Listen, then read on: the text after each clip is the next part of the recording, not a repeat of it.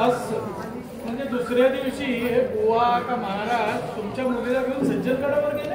हो, अगदी पायापासून डोक्यापर्यंत दागिन्याने सजवून वेणूला यांच्या बरोबर पाठवली. पण काय हो चंद्राबाई, मुलीच्या अंगावर एवढे दागिने घालायची काय बरं जरुरी? महाराज मला म्हणाले, प्रभू रामचंद्रांच्या भेटीला जायचे, तेव्हा तेथे सीतामाई असणारच. तेव्हा तुमच्या मुलीला लंकेच्या पार्वतीसाठी तिथे नेऊन कसं चालणार? अहो सारे हसतील ना तिला. प्रत्यक्ष सीतामाईला भेटायचं म्हटल्यावर अंगात दागिने हवेतच अंगावर, नाही का महाराज? काय हो चंद्राबाई, तुम्ही का नाही गेलात त्यांच्या बरोबर? महाराज मला म्हणाले की चंद्राबाई, सज्जनगड चढायला फार अवघड आहे, तुम्हाला काही चढवणार नाही. का? हो, पण ब्लड प्रेशर आहे ना. मग बरोबर आहे, म्हणून मी यांच्याबरोबर गेले नाही. असं हे बुवा का महाराज जे तुमच्या मुलीला घेऊन सज्जनगडावर गेले ते परत केव्हा आले? काय सांगू तुम्हाला साहेब, त्या दिवसापासून आज या क्षणापर्यंत माझी वेणू काही मला दिसली नाही. त्या गोष्टीला तर 2 वर्षे होती. तिच्यासाठी रडून रडून माझे डोळे आंधळ व्हायच्या मार्गाला लागले. आणि हा चांडा मी आज प्रथम पाहते इथे. म्हणजे हे बुवा का महाराज जे कोणी तुमच्या मुलीला सज्जनगडावर घेऊन गेले म्हणतात ते परत आलेच नाही? त्यानंतर तुम्ही त्याची चौकशी केली? पुष्कळ केली, पण काही पत्ता लागला नाही. 2 दिवसांनी माहुलीचा एक माणूस गडावर उत्सवाला गेला होता. तो मला सांगू लागला की महाराज मला तिथे भेटले, पण ते म्हणाले की काल रात्री सज्जनगडावर फार मोठे वादळ झाले आणि त्या वादळात चंद्राबाईंची वेणू कुठे उडून गेली कोणास ठाऊक. काय सांगता? सज्जनगडावर फार मोठं वादळ झालं आणि त्याच्यात तुमची मुलगी उडून गेली आणि ही गोष्ट तुम्हाला खरी वाटली? हो, खरी कशी वाटेल साहेब? वाऱ्याने उडून जायला ती काय पत्रावर थोडीच होती. एक्झॅक्टली. माझा काय त्या गोष्टीत काही विश्वास बसला नाही. मला वाटलं ती आज येईल उद्या येईल म्हणून चांगले 4 महिने तिची वाट पाहिली. त्यानंतर तुम्ही काय केलं? मग अखेर शेवटी या चांडाळ महाराजांविरुद्ध पोलिसांकडे तक्रार नोंदवली. काय तक्रार नोंदवली? की या माणसाने दागिन्यांच्या लोभाने माझ्या मुलीला म्हणजे वेणूला सज्जनगडावरून खाली ढकलून तिचा खून केला हो, आणि हा परागंदा झाला. या खटल्यामध्ये आरोपीवर खुनाचा आरोप नाही, त्यामुळे साक्षीदाराचे हे विधान मला घेता येणार नाही. Please your honour, that's all.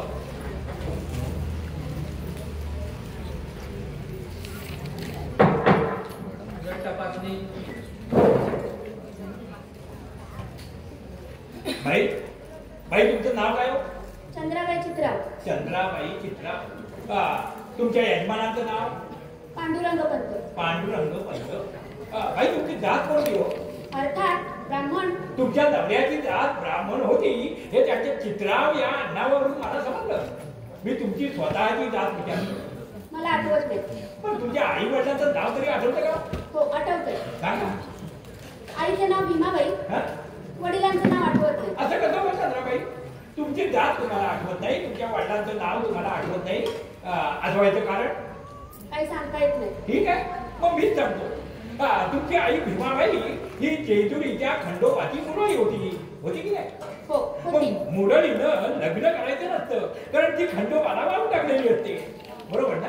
बरोबर. मग काय हो चंद्राबाई, तुमच्या आईने जर लग्नच केलं नाही तर तुम्ही तिच्या पोटी जन्माला कशा आल्यात हो? ती माझी सख्खी आई नव्हती, मग मानलेली आई होती. असं का? लहानपणीच माझे आईबाप वारले. कुठले बिचारे? तेव्हा भीमाबाईने मला ओटीत घेतली आणि लहानाची मोठी केली. आणि त्यानंतर या भीमाबाईने तुम्हाला खंडोबाला वाहून मुरळी करून टाकलं? मुळीच नाही. मग भीमाबाईची फार इच्छा होती की मी खंडोबाची मुरळी व्हावे, पण माझी त्या गोष्टीला मुळीच तयारी नव्हती. आणि मग त्यानंतर मग तुम्हाला आपल्या स्वतःला पती म्हणून ज्याला समजता ना, त्या पांडुरंग पंत चित्रावाचा हात धरून तुम्ही जेजुरीहून पळून गेला. हो, पळून जायचं काय कारण? मला काय माहिती? मी सांगते ना. त्यांनी मला आपण जवळ केले आणि माऊलीला घेऊन आले. आणि मग त्यानंतर त्याला तुमचं लग्न लागलं? त्यानंतर कशाला? जेजुरीच्या खंडोबा समोरच आणाभाका घेऊन आम्ही आमचे लग्न लावले. असं म्हणजे असं आणाभाका घेऊन तुमचं लग्न लागलं तर? म्हणजे जगात 4 चांगल्या माणसांची जशी लग्न होतात, म्हणजे या साहेबांसारखं, या साहेबांसारखं, या साहेबांसारखं. आमची नावं कशाला घेताय? तुम्ही तुमच्याबद्दल बोला. तेव्हा जगात 4 म्हणजे माझ्यासारख्या 4 चांगल्या माणसांची लग्न जगामध्ये जशी होतात तसं काही तुमचं लग्न लागलं नाही. आणि तरी देखील पांडुरंग पंत चित्रावांच्या बायको मी आहे असं तुम्हाला म्हणायचे का? मी तरी तसंच म्हणते. ठीक आहे, तुम्ही तसंच म्हणा. पण पांडुरंग पंत चित्रावांच्या तुम्ही कोण होता हे सारे माहुलीला माहिती आहे. पण ते जाऊ दे म्हणा, मला म्हणा त्याच्याशी काय करायचं. काय हो चंद्राबाई, हा या पांडुरंग पंत चित्रावांबरोबर तुम्ही किती वर्षात अवतार केला तो? 30 वर्ष. 30 वर्षे काय? या पांडुरंग पंत चित्रावांबरोबर तुम्ही 30 वर्ष संसार केला? मी एकाच पांडुरंग पंतांबरोबर 30 वर्ष संसार केला. बर, किती वर्षापूर्वी बांधले होते? 16 वर्ष. 16 वर्षापूर्वी बांधले का? आणि कशाने बांधले होते? अर्धांगवायू. अर्धांगवायूने काय? फार मोठा वाईट आजार नाही अर्धांगवायू. किती वर्ष अर्धांगवायू झाला होता? 6 वर्ष. बर, गाव चंद्राबाई, आज वेणू तुमची हयात असती तर तिचं वय किती असतं? 20 वर्ष. 20 वर्ष? हो. बघा नीट विचार करा. हो 20च. मी पुन्हा तुम्हाला एकदा विचारतो, तुमचे पती 16 वर्षापूर्वी गेलेले असताना देखील आणि 6 वर्षापर्यंत त्यांना अर्धांगवायूने झपाटलेला असल्या कारणात असून सुद्धा आज तुम्हाला 20 वर्षाची मुलगी असू शकते. हे सगळं गणित जमते का? हो 20च. मी सांगितलं तेच बरोबर. हो हो, तुम्ही सांगितलं ते अगदी बरोबर आहे. तेव्हा चंद्राबाई, तुम्ही शेवटचा एक प्रश्न तुम्हाला मी विचारतो. तुमच्या मुलीवर वेणूला राधेच्या महाराजा बरोबर जेव्हा सज्जनगडावर पाठवलीस ना, त्यावेळेला तुझ्या अंगावर किती हजाराचे दागिने घातले होते ना? असतील 18-20 हजारांचे. 18-20 हजारांचे? पण काय हो चंद्राबाई, 6 वर्षापूर्वी तुमचे यजमान वारले असं तुम्ही म्हणाला, त्यावेळेला तुमची परिस्थिती अत्यंत हलाखीची झालेली होती असं मागाशी यांना सरकारला सांगितलं, बरोबर ना? मग हे 18-20 हजाराचे दागिने तुम्हाला दिले तुम्ही? मला म्हातारीला कोण कशाला देणार? मग वेणूला कोणी दिले का? ओ तिला कोण देणार? का? ती कुठे म्हातारी होती? चांगली तरुण होती, अवघी 20 वर्षाची. अरे चांडाळा, म्हणजे तुझं म्हणणं काय नक्की? माझं म्हणणं काय नाही, पण चंद्राबाई 6 वर्षापूर्वी तुमचे यजमान वारलेले असताना आणि तत्पूर्वी 16 वर्षापर्यंत ते अर्धांगवायूवर डोळे पागळे झालेले असताना देखील आज तुम्हाला 20 वर्षाची मुलगी असू शकते. 6 वर्षापूर्वी तुमचे यजमान वारल्यानंतर तुमची परिस्थिती अत्यंत हलाखीची झालेली असताना देखील आज तुम्ही तुमच्या मुलीच्या अंगावर 18-20 हजाराचा ऐवज घालू शकता. तेव्हा चंद्राबाई ही मुलगी तुमची नाही, आणि जर ती असली तर ती या पांडुरंग पंतांपासून झालेली नाही. आणि तुम्ही तो त्याच्या अंगावर 18-20 हजाराचे दागिने घातले असं म्हणता, हे खोटं आहे. मी तो राधेच्या महाराज आहे असं म्हणता, ते देखील खोटं आहे. मी निपाणीचा तंबाखूचा व्यापारी लखोबा लोखंडे आहे. नाही नाही नाही, माझ्या मुलीला सज्जनगडावरून खाली टाकून तिचा खून करणारा तूच तो राधेश्याम महाराज आहेस. तुझं कधीही चांगलं होणार नाही. मेल्या वाटोळं होईल तुझं. बाई तुम्ही कितीही तळतळाट केला तरी तो मी नव्हे.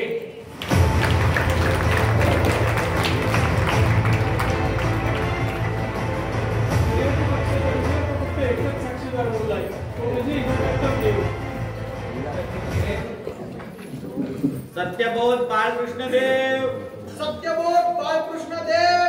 सत्यबोध बाळकृष्णदेव. सत्यबोध बाळकृष्णदेव हाजीर आहे. सत्यदेव बाळकृष्णदेव.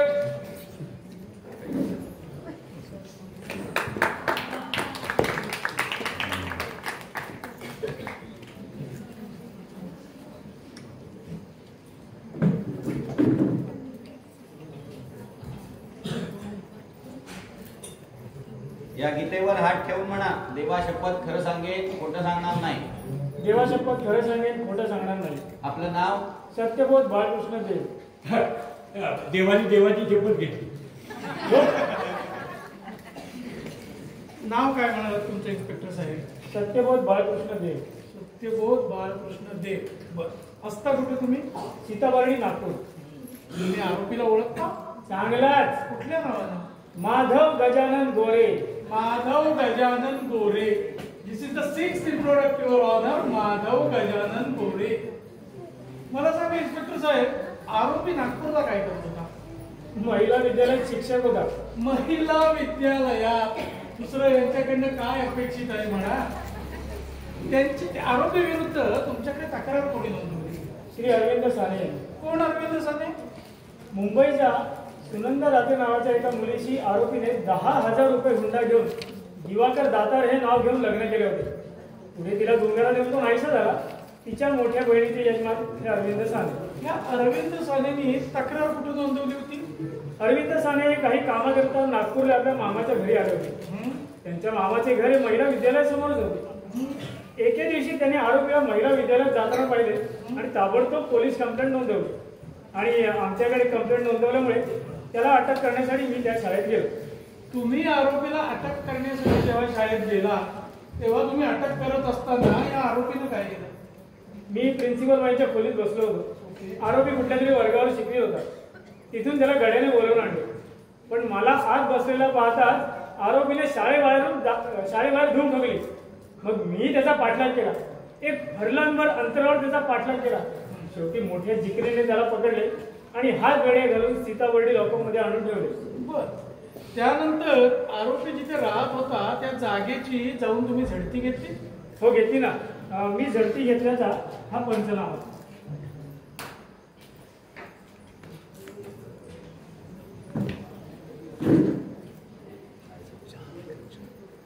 किरकिरीत जाऊ. तिथे तुम्हाला या गोष्टी सापडल्या का बघा? दिवाकर गणेश दातार. होय. दाजी शास्त्री दातार. हो. कॅप्टन अशोक परांजपे. येस. राधेश्याम महाराज. होय. This is a very funny cape your honour. Radheshyam Maharaj. हे आहे का तुम्हाला कोणते? नाही, नको, ती तुमच्या डोक्यावरच असू द्या. नाही, ही एक आहे, ती एक आहे. त्यांची पण त्यांच्याच डोक्यावर असू दे सध्या. त्यानंतर तुम्ही आरोपीला घेऊन मुंबईला आला आणि या न्यायालयाच्या अखत्यारीतल्या पोलिसांच्या ताब्यात दिलं, तसंच ना? येस.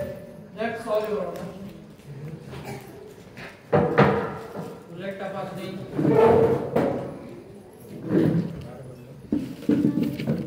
नागपूरच्या महिला विद्यालयातील शिक्षक माधव गजानन गोरे याला पकडण्यासाठी तुम्ही त्या महिला विद्यालयात गेला इन्स्पेक्टर साहेब, बरोबर ना? हो. तत्पूर्वी तुम्ही या माधव गजानन गोरे मास्टरला कधी पाहिलं होतं का? नाही. मग पहिल्यांदा तुम्ही त्याला केव्हा पाहिलं? आरोपी माधव गजानन गोरे शाळेच्या ऑफिसच्या दारात आला तेव्हा. शाळेच्या ऑफिसच्या दारात आला तेव्हा? काय हो इन्स्पेक्टर साहेब, शाळेच्या ऑफिसमध्ये तुम्ही कुठे बसला होता? म्हणजे बाई अशा बसल्या होत्या. बाई कुठे बसल्या होत्या ते नाही विचारत तुम्हाला. तुम्ही कुठे बसला होता ते विचारतो. ऑफिसमध्ये मी खुर्चीवर बसलो होतो. खुर्चीवर बसला आणि बाई कुठे बसल्या होत्या? बाई माझ्या समोरच्या खुर्चीवर बसल्या होत्या. आणि हो, मध्ये एक टेबल होतं. ते नाही विचारलं मी नाही, तुम्हाला. शंका नको म्हणून सांगितलं. नाही, काही शंका बिंका काही नाही. तेव्हा प्रिन्सिपल बाईच्या ऑफिसमध्ये मध्ये टेबल असलेल्या अवस्थेमध्ये तुम्ही बसला होता. शब्द परत घे. कोणते? अवस्थेत बसला होता म्हणून. मग? हे बघ, अवस्था नाही, वस्तुस्थिती. अवस्था ही नंतर प्राप्त होते. अच्छा, बर. मग ऑफिसचं दार कोणत्या बाजूला होतं इन्स्पेक्टर साहेब? ऑफिसचं दार माझ्या मागच्या बाजूला होतं. तुमच्या मागच्या बाजूला होतं काय? मग या मागच्या बाजूला असलेल्या दारात हा आरोपी माधव गजानन गोरे मास्तर ज्या वेळेला तिथे आला तेव्हा त्याने तुम्हाला प्रथम आतमध्ये बसलेलं पाहिलं. तुम्ही त्याला पाहिलंच नाही, बरोबर की नाही? कारण त्यावेळेला तुम्ही बाईकडे बघत होता. हे तुला कोणी सांगितलं? हा तर्क तू कशावरून काढलास? अहो, तर्क कशाला करायला हवा? तुम्हीच तर बघायचं सांगितलं की मी बाईकडे बघत बसलो होतो म्हणून. मग आणखी काही करत होतात का? मी बाईंकडे बघत नव्हतो. मी त्यांच्या समोर बसून त्यांच्याशी बोलत होतो. हा, आणि बोलता बोलता जमेल तेवढं त्यांच्याकडे बोलत होतो. या बाईंचा या खटल्याशी काय संबंध आहे? ते म्हणतो मी. तेव्हा इन्स्पेक्टर साहेब, तुम्ही बाईकडे बघत बसलेले असताना हा जो माधव गजानन गोरे मास्तर हा ऑफिसच्या दारात आला आणि तुम्हाला त्याने पाहिल्यानंतर त्याने मागच्या मागे धुंकली आणि तो पळून गेला. असं त्यावेळेला शाळेचा घरी ओरडला तेव्हा तुम्ही मग नाईलाजाने उठला. शब्द परत घे. कोणते? नाईलाजाने उठलाय म्हणून? हे बघ, नाईलाज नाही तर माझं कर्तव्य म्हणून उठलोय. It was my duty. आणि मग हा जो आरोपी पळायला लागला तेव्हा तुम्ही त्याच्या मागे धावायला लागला, बरोबर की नाही? हो. तेव्हा मागे धावत असताना तुम्हाला त्याचा पाठीमागचा भाग दिसला. कारण धावताना माणसाचा पाठीमागचा भाग दिसतो, चेहरा दिसतच नाही. बरोबर ना? तो हा असा माझ्यासारखा होता, असं नट होता की नाही? हा? म्हणजे तुम्ही या कपड्यांचा पाठलाग केला? नाही नाही नाही नाही मग? कपडे घातलेल्या आरोपीचा म्हणजे तुझा पाठलाग केला.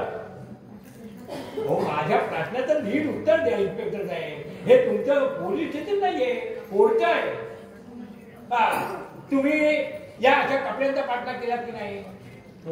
म्हणजे माझ्या अंगावर हे असे कपडे होते म्हणून तुम्ही मला पकडलं? नो नो नो नो तुझ्यावर वॉरंट होतं म्हणून तुला पकडलं. हो, असं काय करता इन्स्पेक्टर साहेब? ज्याला तुम्ही पकडलं त्याचा चेहरा तुम्ही कधी पाहिला नव्हतात ना? इन्स्पेक्टर बी स्पेसिफिक, ज्यांच्यावर वॉरंट होतं आणि ज्या आरोपीला तुम्ही पकडलं तो हाच आरोपी आहे का? हा? मग मी मगाचपासून हेच सांगायचा प्रयत्न करतोय. साहेब साहेब आपला काहीतरी गैरसमज झाला. हा, म्हणजे रस्त्यावरनं एकाच वेळी 2 माणसं धावत होती माझ्यासारखे कपडे घातले. हा, एक आरोपी होता, तो गेला पळून. आणि याने मला पकडलं. हा, तुमचं म्हणणं असं आहे का की आमच्या बरोबर आणखी एक तिसरी व्यक्ती अशाच कपड्यांची घालत धावत होती म्हणून? मला त्यांना जे विचारायचं आहे ते मी त्यांना विचारलेलं आहे. तेव्हा इन्स्पेक्टर साहेब, मी आता तुम्हाला असं सांगतो की हा जो माधव गजानन मोरे मास्तर होता ना, तो तुम्हाला दुकानात येऊन केव्हा पसारला ना. आणि साहेबाच्या समोर कुणाला तरी उभं करायचं म्हणून तुम्ही मला पकडलं. मी माधव गजानन मोरे मास्तर नाही, मी निप्पाणीचा तंबाखूचा व्यापारी लखोबा लोखंडे आहे. नो नो नो मी तुलाच पकडलं आणि तूच माधव गजानन दोरे. युअर ऑनर, हाच तो माधव गजानन दोरे. आणि इन्स्पेक्टर साहेब, तुम्ही कितीही काहीही सांगितलं तरी तो मी नव्हे.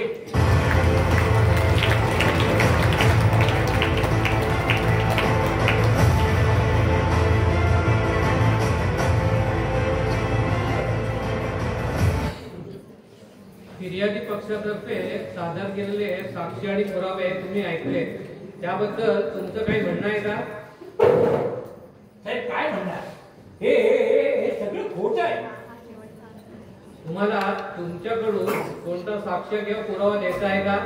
होय साहेब, माझ्यातर्फे मला आता एकच साक्षीदार नाही आहे आणि तो म्हणजे माझी बायको चंदाक्का लोखंडे.